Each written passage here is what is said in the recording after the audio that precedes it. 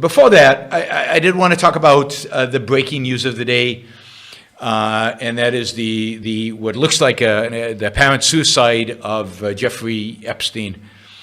And I mean, there's not a lot that I want to say about this. One thing I'll say is that it's real tragedy that he was allowed to commit suicide.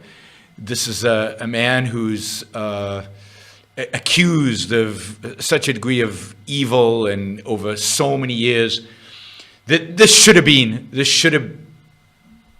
it into court. He should have had his day in court. His accusers should have had their day in court. And that would have allowed us possibly to get to the bottom of this, to get his accomplices, to get the scope and the extent of what this really monster did for the last 30 years. I think the fact that he will not be in court has kind of denied his victims that day in justice, and I think will ultimately deny all of us the knowledge that I think is central to preventing others from doing what he did and preventing people who might be affiliated with him from prevent them from actually getting the justice they deserve. So it's going to be really interesting to see if prosecutors,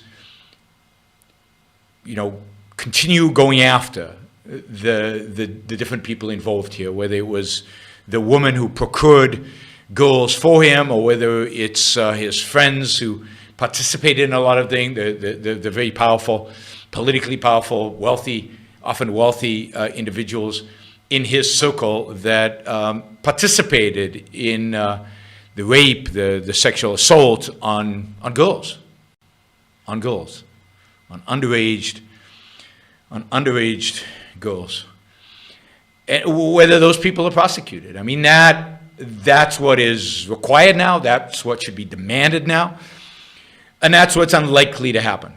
Of course, the real tragedy here is that we haven't had the opportunity to put pressure on Jeffrey Epstein to reveal everything that happened. Now, I don't know if he would have talked, but I think he would have given, well, let's assume he committed suicide for a moment. Given him committing suicide, he was obviously in a very precarious mental state. One assumes that interrogators could have ultimately broken him and could have ultimately got him, and I don't mean through torture, but could have broken him psychologically, or he would have broken psychologically, and revealed what actually happened and all the people that are involved.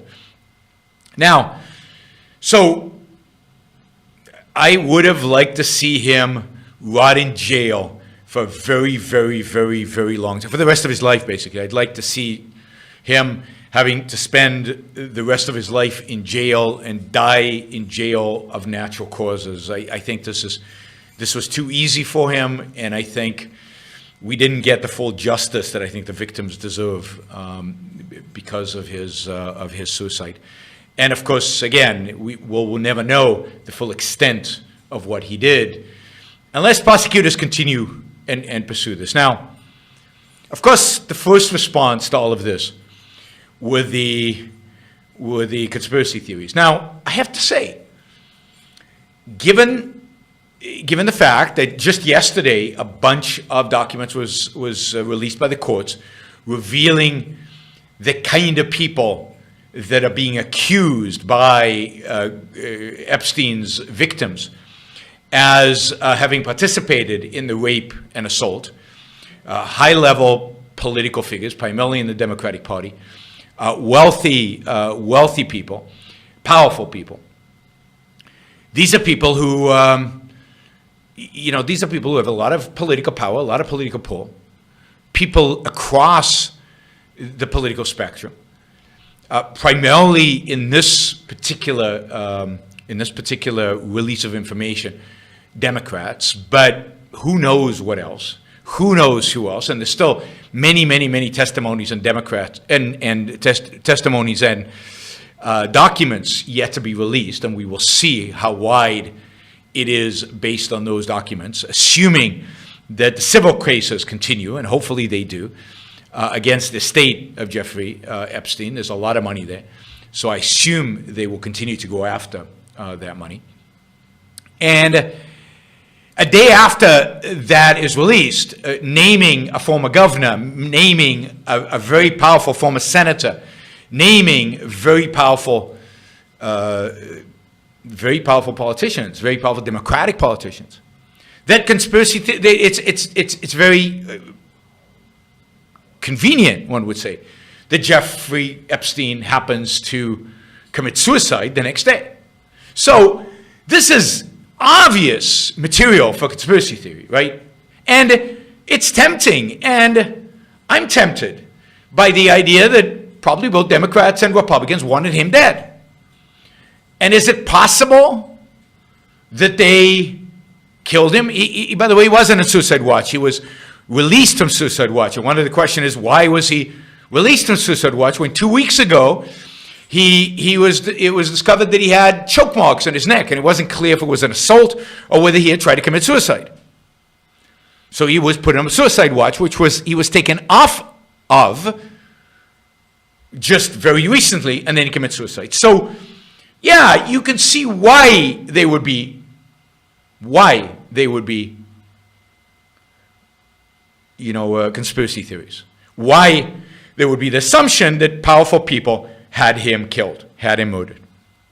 Now, if they did, I don't think they're going to get away with it. I mean, the FBI is investigating, the district attorney of the state of New York is investigating, a district attorney that was independent enough to go and arrest Jeffrey Epstein in spite of all his political connection.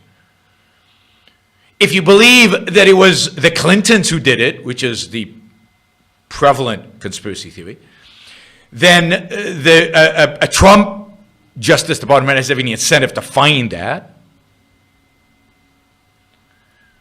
If you believe, as I believe, that both political parties had an incentive to knock him off, then yeah, maybe they shut enough people out. But the Attorney General who prosecuted him was independent enough and courageous enough to go after him, knowing all these political connections. So one would have to believe that this will come out if, indeed, he was murdered and did not commit suicide. But, yeah, I mean, this is as close as it comes to a conspiracy that kind of seems, doable, right? It kind of seems like you've got enough people who have the interest to do it. Including, by the way, Trump, who information has come out over the last couple of weeks that he was very close to Jeffrey Epstein, at least in the 90s and in the early 2000s. So who knows? Who knows? No evidence and no suspicion about him doing anything bad, but they were close. They would party together. By the way, the revelations yesterday were super disgusting. I mean, of all kinds of people, a Nobel Prize winner in economics, who kind of was the pioneers of artificial intelligence, the politicians, wealthy individuals, all accused of, having sex with underage girls, arranged for by Epstein. Now, some of those, it could be false accusations, and we'll see how much corroborating evidence there is around these things. But God, I mean, you got to believe that some of this happened, whether these particular people or other particular people. And I don't want to name names because, again, these are just accusations. We still assume people are innocent until proven guilty. But the extent of the accusations, the specificity of the accusations, the scope of them, and all of that suggests that something horrific, something on a grand scale happened here, and that a lot of very powerful, very famous people were involved. And it's just horrific.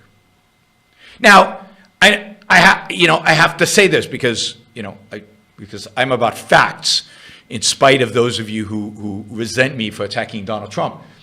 Donald Trump retweets today. Retweets.